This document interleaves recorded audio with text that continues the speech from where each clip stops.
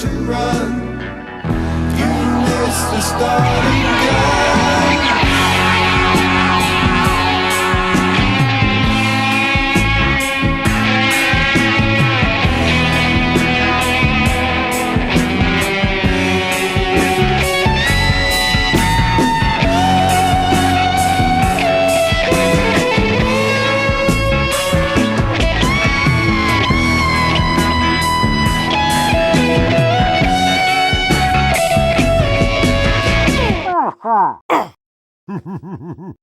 Ah!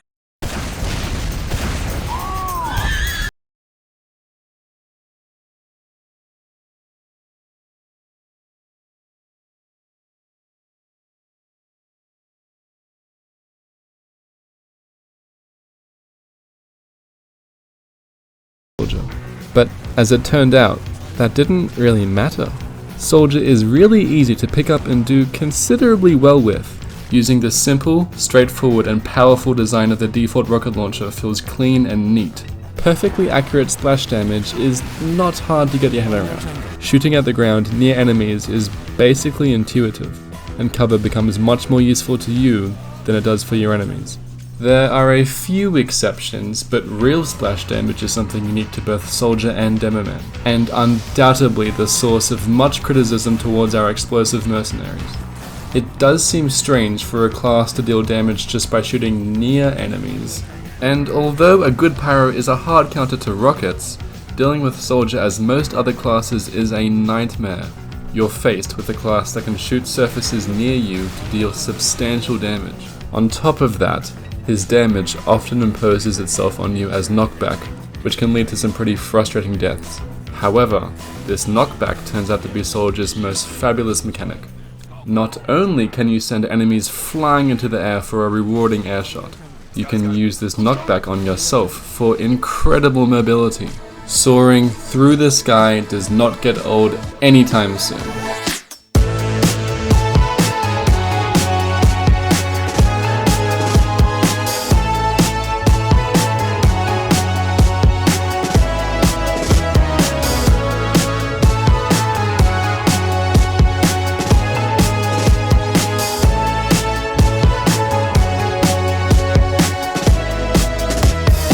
I never did quite understand rocket jumping, so I hopped on a Jump Academy server and got training.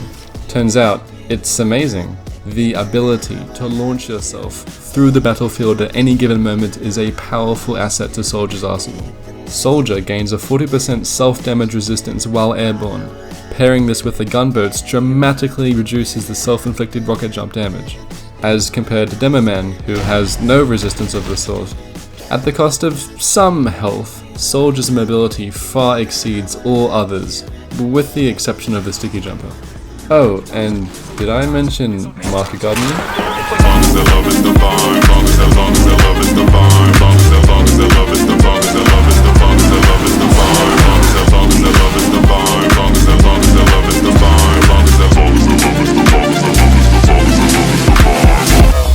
Essentially the embodiment of the bald eagle, soaring through the sky to land lethal blows on your unfortunate prey.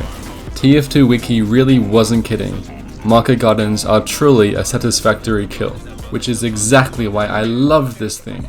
That being said, playing Trollja is a fate worse than death. You're subjected to scouts that will focus you to the ends of the earth, snipers that will disregard all other targets for a pseudo airshot. Sentries become solutionless out of bounds zones. Mini sentries become even more abhorrent. Everyone wants to shoot the guy in the sky, but it's all worth it, because every so often you'll get that kill that no one saw coming.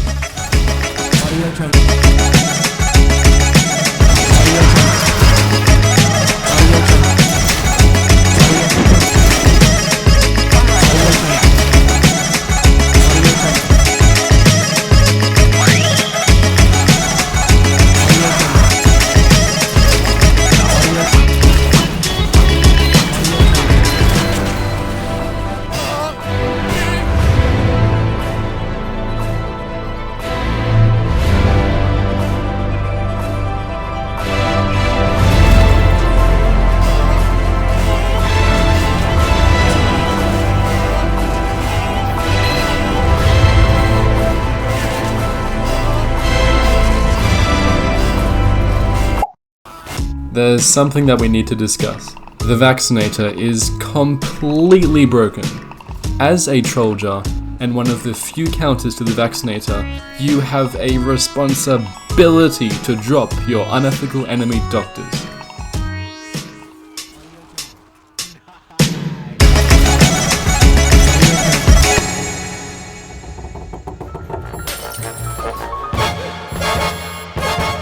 Loadouts. Soldier's extensive arsenal allows you to adjust your offensive and defensive capabilities.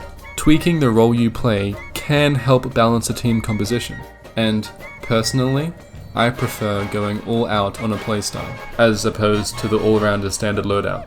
Want to become your own medic and maximize your survivability? No worries. Is your team not doing enough damage? Become the destroyer of health and banish scouts from existence. Want to do whatever you call this? I have just the weapon for you. In fact, let's talk about this one a bit more. Using the direct hit either goes like this, I am a god, or like this, how am I this bad? The direct hit is an interesting launcher, with the only downside being the splash radius. It could be thought of as a direct upgrade from stock, if you can avoid relying on splash damage. And this becomes a much easier task with a faster projectile speed.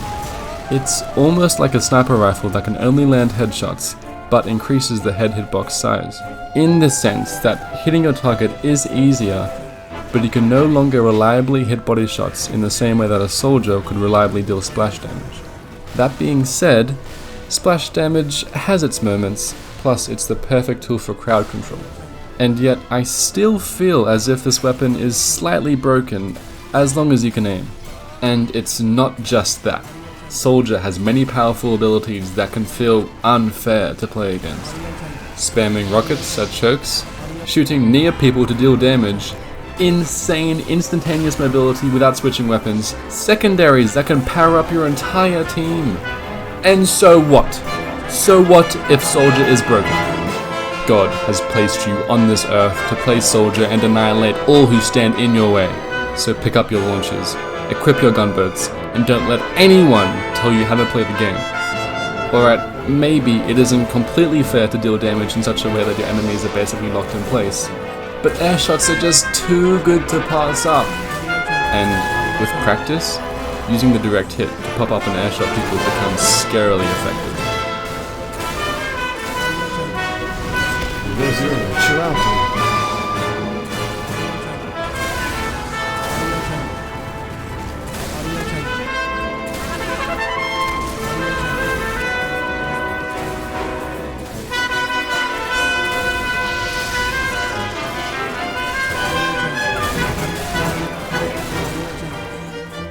As you might be able to tell, I'm a big fan of using the direct hit with the buff banner. Using mini crits to negate damage fall off removes your effective range and just makes you effective. Plus you can give snipers a taste of their own medicine and one-shot them from any distance. It's also good against pyros, until it isn't. In fact, pyro. Let's talk about this dude. Soldier-pyro interactions are my favorite. As a soldier, you have a few different options. Number 1, yeah, this guy won't reflect this. Number 2, oh shit, this guy will reflect this. Better wait for the air blast. Number 3, try reflecting this. But often you'll have no choice but to kill a pyro with rockets, and this is where the mind games begin. The other interesting interaction is between scout and soldier. If the environment restricts the scout's movement, it's generally a pretty one-sided fight. However, when scouts have their area to dance around in, they can be quite troublesome if they can also aim. It really comes down to a battle between your prediction and their dodging. Of course, the direct hit is an easy solution to scout-infested servers. Soldier standoffs are a neat way to measure your own skill. In cases like these, it's almost always a struggle for the high ground. The rest of the class interactions are somewhat straightforward. My one request to you is to always shoot mini-sentries as soon as you see them. Anyway, that's all I have to say about the Rocket Man. See you next time!